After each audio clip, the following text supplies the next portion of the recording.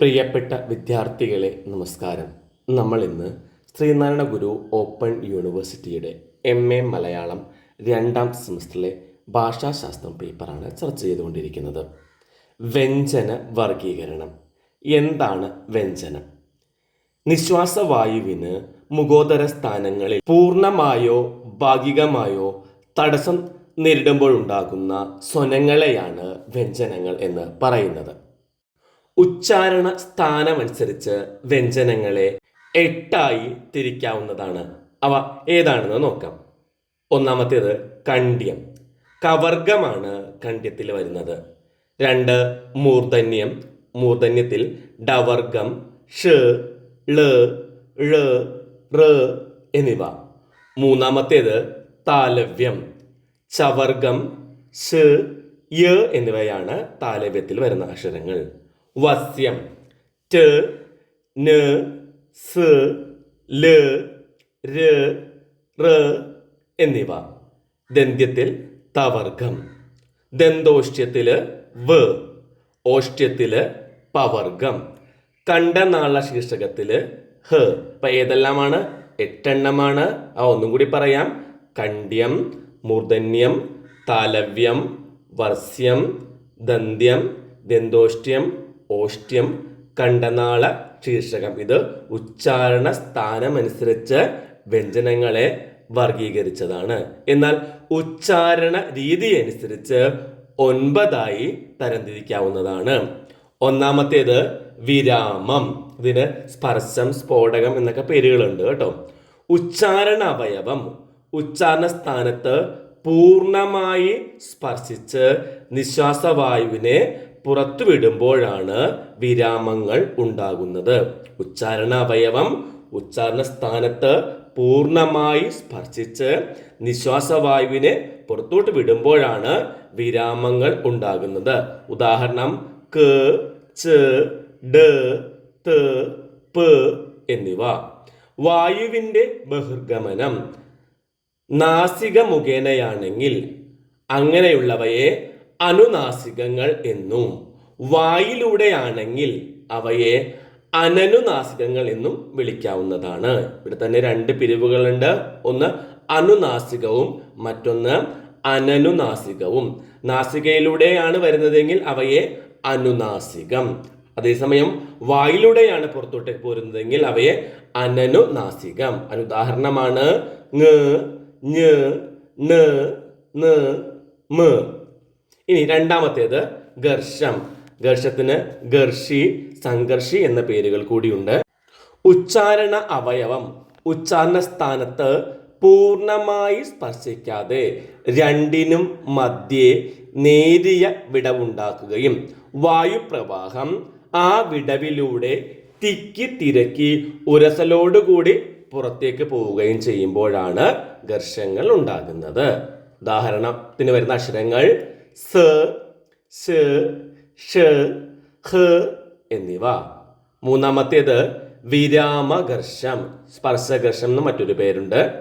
പൂർണ്ണമായി സ്പർശിച്ചതിന് ശേഷം വായുവിനെ പുറത്തു വിടുന്നതിന് കാലതാമസം വരുത്തുകയാണെങ്കിൽ അത് നേരിയ സംഘർഷത്തോടെയാണ് പുറത്തേക്ക് പോകുന്നത്.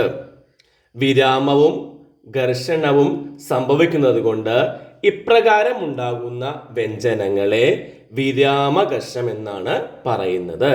ഉദാഹരണം ചവർഗാക്ഷരങ്ങൾ, ഞ ഒഴികെയുള്ള അക്ഷരങ്ങളാണ്. നാലാമത്തേത് കമ്പിതം. ത്രാസം എന്നൊരു മറ്റൊരു പേര്. ഉച്ചാരണ അവയവം ഉച്ചാരണ സ്ഥാനത്ത് നിരന്തരം തൊടുകയും ഉടനുടൻ വിട്ടുമാറുകയും ചെയ്യുമ്പോഴാണ് കമ്പിതങ്ങൾ ഉണ്ടാകുന്നത്. ഉച്ചാരണ അവയവം ഉച്ചാരണ സ്ഥാനത്ത് നിരന്തരം തൊടുകയും ഉടനുടൻ വിട്ടുമാറുകയും ചെയ്യുന്നു. ഉദാഹരണത്തിന് മലയാളത്തില് റ് എന്നത്. അഞ്ചാമത്തേത് ഉൽക്ഷിപ്തമാണ്. ഉച്ചാരണ അവയവം ഉച്ചാരണ സ്ഥാനത്ത് ഒരു പ്രാവശ്യം സ്പർശിച്ച് വേഗത്തിൽ പിൻവാങ്ങുമ്പോഴാണ് ഉൽക്ഷിപ്തങ്ങൾ ഉണ്ടാകുന്നത്. മലയാളത്തില് ര്. കമ്പിതം ഉച്ചാരണ അവയവം എന്ത് ചെയ്യുന്നു? ഉച്ചാരണ സ്ഥാനത്ത് തൊടുന്നു, വിട്ടുമാറുന്നു, തൊടുന്നു, വിട്ടുമാറുന്നു എങ്ങനെയാണെങ്കിൽ ഉൽക്ഷിപ്തത്തില് ഒരു പ്രാവശ്യം സ്പർശിച്ചിട്ട് വേഗത്തിൽ പിൻവാങ്ങുകയാണ് ചെയ്യുന്നത്. മലയാളത്തില് ഋ എന്ന അക്ഷരമാണ് ഉൽക്ഷിപ്തത്തിൽ വരുന്നത്. 6 പാർശ്വികമാണ്. ഉച്ചാരണ അവയവം ഉച്ചാരണ സ്ഥാനത്തിന്റെ മധ്യഭാഗത്ത് മാത്രം സ്പർശിച്ച് നിശ്വാസവായുവിനെ ഇരുവശങ്ങളിലൂടെയും കടത്തിവിടുമ്പോഴാണ് പാർശ്വികങ്ങൾ ഉണ്ടാകുന്നത്. മലയാളത്തിലെ ഋ, ല്, ള് എന്നിവ ഉദാഹരണം. പ്രവാഹി ഉച്ചാരണ അവയവം ഉച്ചാരണ സ്ഥാനത്തിന്റെ ഇരുവശങ്ങളിലും സ്പർശിച്ച് നിശ്വാസവായുവിനെ മധ്യഭാഗത്തു കൂടി പുറത്തേക്ക് വിടുമ്പോഴാണ് പ്രവാഹികൾ ഉണ്ടാകുന്നത്. ഇവിടെ നിശ്വാസവായു മധ്യഭാഗത്തു കൂടെയാണ് പുറത്തോട്ട് പോരുന്നത്. ഉദാഹരണം മലയാളത്തിലെ യ, വ്, ഴ എന്നിവ. 8ാമത്തേത് മഹാപ്രാണങ്ങൾ. സ്പർശത്തിന് ശേഷം നിശ്വാസവായുവിനെ സമ്മർദ്ദത്തോടുകൂടി പുറത്തേക്ക് വിടുകയാണെങ്കിൽ ഉണ്ടാവുന്നവയാണ് മഹാപ്രാണങ്ങൾ. മലയാളത്തിലെ അധികരഘോഷങ്ങൾ മഹാപ്രാണങ്ങളാണ്. 9 പ്രതിവേഷ്ടിതം. ഉച്ചാരണ സമയത്ത് നാവിന്റെ അഗ്രം പുറകോട്ടു മടങ്ങി അതിന്റെ അടിഭാഗം ഉച്ചാരണ സ്ഥാനത്ത് സ്പർശിക്കുമ്പോൾ പ്രതിവേഷ്ടിതങ്ങൾ ഉണ്ടാകുന്നു. മലയാളത്തിലെ ഡവർഗാക്ഷരങ്ങൾ ഷകാരം, ലകാരം, ഴകാരം എന്നിവ പ്രതിവേഷ്ടിതങ്ങളാണ്. 3ാമത്തെ വിഭജനമാണ് ശാസികളും നാദികളും.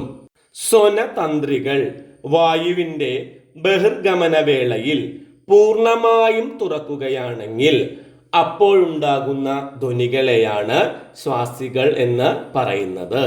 സ്വനതന്ത്രികൾ വായുവിന്റെ ബഹിർഗമന വേളയിൽ പൂർണ്ണമായും തുറന്നാൽ അപ്പോഴുണ്ടാകുന്ന ധ്വനികളാണ് ശ്വാസികൾ. ശ്വാസികൾക്ക് ഉദാഹരണമാണ് ഖരങ്ങൾ, അധികരങ്ങൾ, ഊഷ്മാക്കൾ എന്നിവ. അടുത്ത നാദികളാണ്. നേരെ മറിച്ച് വായുപ്രവാഹം നാദതന്ത്രികൾക്ക് പ്രകമ്പനം സംഭവിപ്പിക്കുക മാത്രമാണ് ചെയ്യുന്നുവെങ്കിൽ അപ്പോഴുണ്ടാകുന്ന ധ്വനികളെ നാദികൾ എന്ന് വിളിക്കുന്നു. ഉദാഹരണം മൃദു, ഘോഷം, അനുനാസികം, മധ്യമം എന്നിവ നാദികളാണ്.